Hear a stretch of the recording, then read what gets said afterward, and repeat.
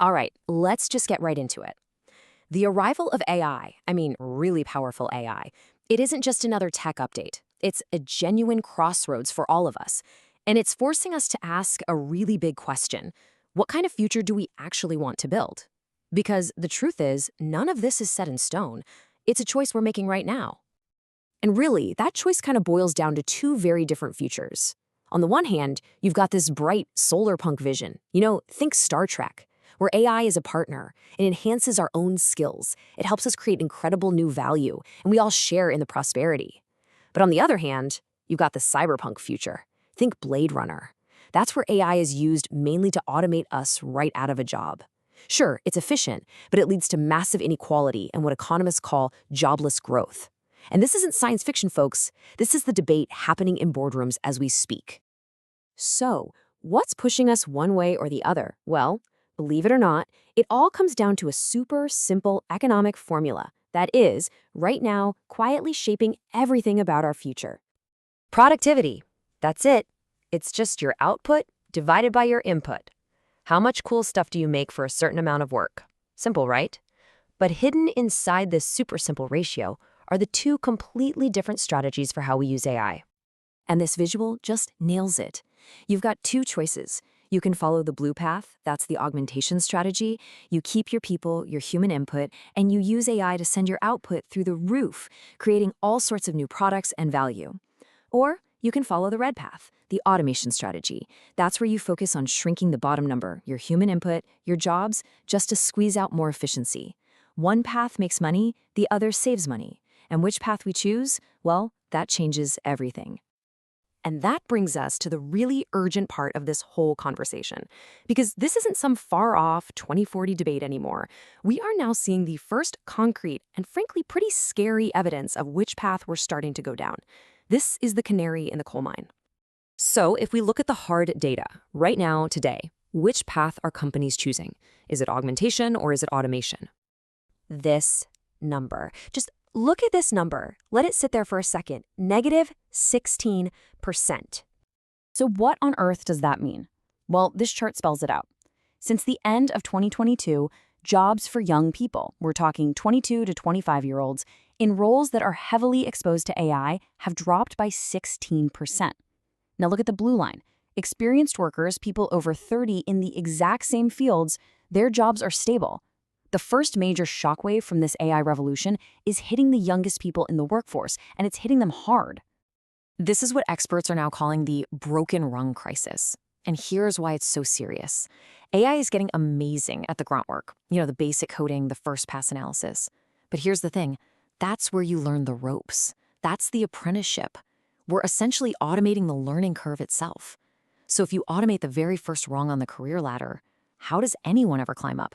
How are you supposed to become a senior expert if you can never land that junior job to begin with? Okay, so that's the problem. It is urgent, it is real, and the data is pretty dang clear. But here's the good news. It's not inevitable. So let's shift gears and talk about the solutions. How do we actually engineer a better future?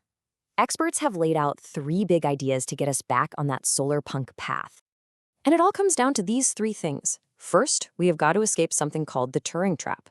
Second, we need to get really good at a new skill called context engineering. And third, we have to completely change the economic incentives from the top down. So let's start with this Turing trap.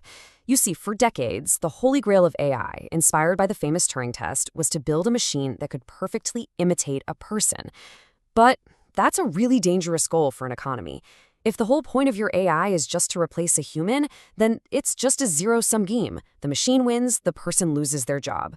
That way of thinking leads directly to that broken rung we just talked about. The whole goal needs to shift. It shouldn't be about replacement, it should be about augmentation. We need to stop trying to build an AI that can replace the pilot and instead focus all our energy on giving that human pilot a much, much better plane. That's the mindset shift we need, and it leads us right to the second big solution. And that is mastering context engineering. Think about it. If AI is getting great at writing the code, the technical stuff that junior employees used to do, what's the new valuable human skill? It's teaching the AI the messy human reality of a business. The company history, the office politics, all the unwritten rules, what some people call the hustle. AI knows the syntax, but it has no clue about the hustle. The CEO of Cognizant, Ravi Kumar, he just nailed it with this quote. He said, "The future isn't about writing code, which AI does, but teaching AI the context and hustle of a specific business." You see, the most valuable worker in the near future isn't the one who writes the software. It's the one who knows what the software should be doing in the first place. This is how you fix that broken rung.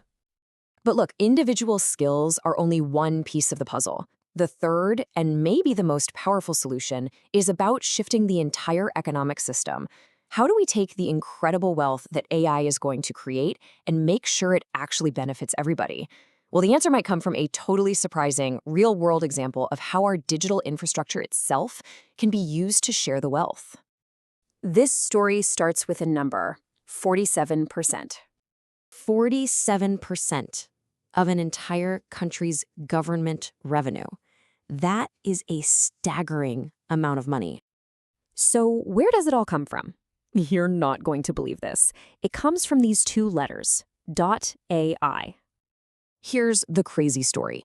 Way back in 1995, the tiny Caribbean island of Anguilla was just randomly assigned the country code domain .ai.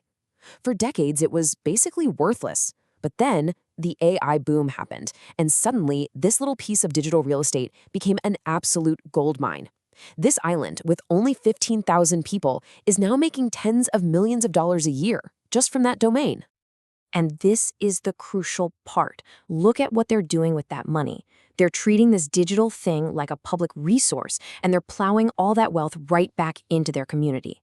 They've gotten rid of residential property taxes, they've funded free healthcare for kids and seniors, they're building new airports, new schools. They literally turned a piece of digital code into a national treasure that benefits every single person who lives there.